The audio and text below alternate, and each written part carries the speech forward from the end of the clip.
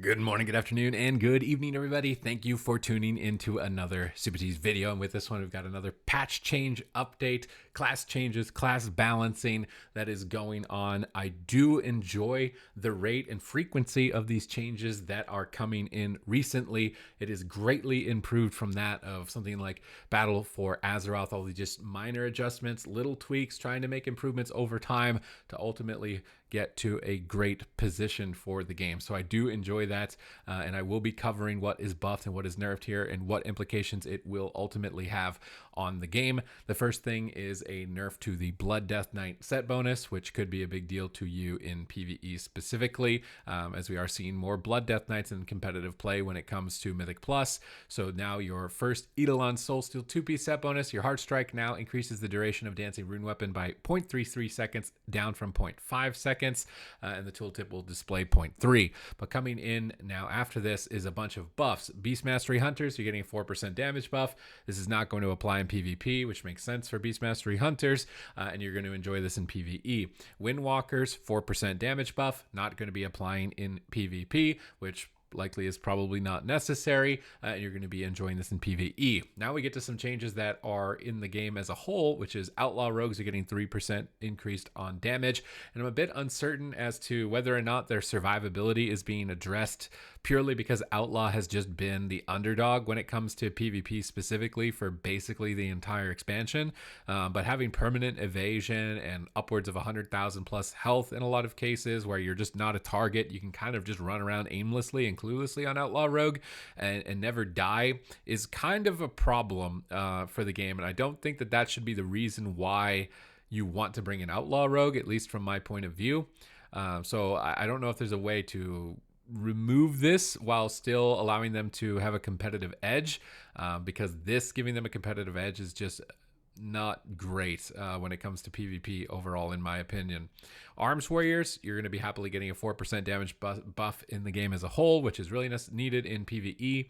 In PvP, will it make a big deal? You're still really struggling since that defensive stance nerf, being able to survive, especially with the amount of burst damage that's currently available, and getting through the Echoing Resolve, which was addressed in this patch as well. But 4% damage buff is better than nothing, I do suppose. And then Affliction Warlocks, another change that has had a lot of hot debate around it. 4% increased damage, which it does again make sense for PvE. In PvP, you're probably the highest DPS spec in the game. You are going to feel this in PvP with 4% with how huge your numbers are already. I think for Affliction Warlocks, they would have much rather have seen changes to Craven Stratagem on Hunter, the legendary, that makes your Feign Death 15-second cooldown while synergizing with the Honor talents to just remove dots basically permanently the entire game. I think Warlocks would have probably preferred a change around there to try and help their viability, whereas this could cause a overwhelming amount of damage for them against pretty much everything else in the game. But Affliction Warlocks, you're going to be happy nonetheless. And now we get to the Pestilent Resistance, the final here. Gladiator's Echoing Resolve now increases the duration of crowd control by 25%, up from 20%. So instead of getting 8-second cloned, it's going to be probably 10-second cycloned. And your immunity to CC is only going to last 12 seconds, down from 15. 12 is still quite a long time, and no longer increases the duration of root effects and no longer causes the target to become immune to root effects, which initially when I had read this was thinking, oh great, now warriors will be able to charge the targets and it won't apply immunity to it. But at the same time, there were other ways to play around it by not starting with charge, starting with heroic leap, starting with Stormbolt, then using charge to remove the trinket. So it's actually giving you less of an option to remove it. There were other classes like Resto Druid that could proc Tree of Life and get instant entangling roots to instantly remove these Echoing Resolve procs as they were happening. So it's actually removing a way to play around it. Resto Shaman wind sharing a mage and then using Earth Grab Totem to remove it with the root. It's actually giving you less options to play around the trinket. It's really still going to be likely worn for mages because they can simply blink out of stuns, which is their main defensive. For a while, Warlock as well, because they could use Dark Pact whenever they were in a bad position and stunned. But maybe now Warlocks won't wear it. Definitely any spec that isn't a mage, I think is likely to not wear this trinket. Something like Boomkins were wearing it a bit, I saw, as well as something like a Shadow Priest occasionally would be wearing this. I think probably not. Getting caught in a whatever that's going to be, a 7 or 8 second Storm Bolt, you're probably going to die as a Boomkin, so you're not going to be wearing it so much. And this doesn't really address the way that mages were utilizing this trinket specifically. And by not having roots be available to break this trinket's effect means that you actually have less ways to play around it. While I think that the approach to this trinket, addressing chain crowd control, oppressive amounts of crowd control in situations where you feel like, oh, I'm just grounded, I'm sheared, I'm pummeled, I'm kicked, I can't move, I can't do anything, and right? Like that's a moment of frustration that's common in PvP. And I think their approach to try and bring a trinket in that could somewhat address this while still having like a kiss curse effect to it was an interesting idea. But once it's actually played out now into the field, it's looking like it's causing more of a problem than is solving.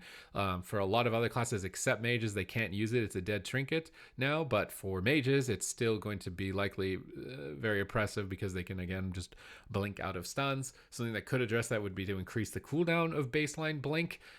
But at this point in time, it might just be better to take this trinket back to the drawing board and remove it as an option. There are even other PvP trinkets like the new Maledict trinket that sucks absorbs off a target and then spits them back as a damage absorb or healing absorb that no one ever uses. There's trinkets that are basically already just almost never in play. So it seems weird that this trinket would still continue to remain in play. Although I do, again, based on what I just said, I see the reasoning behind its creation and the problem that it's trying to solve in an interesting manner, but I'm not sure if it's really going to hit the nail on the head. And I don't think that this will change much. Also, if you think about Windwalkers were able to remove this trinket with their disable root. They will not be able to now. This trinket will be a lot more difficult for a Windwalker specifically to deal with, incapping a target, immuning it to the leg sweep afterwards. You could possibly still be able to use your interrupt to remove it and then sweep the target for a longer duration.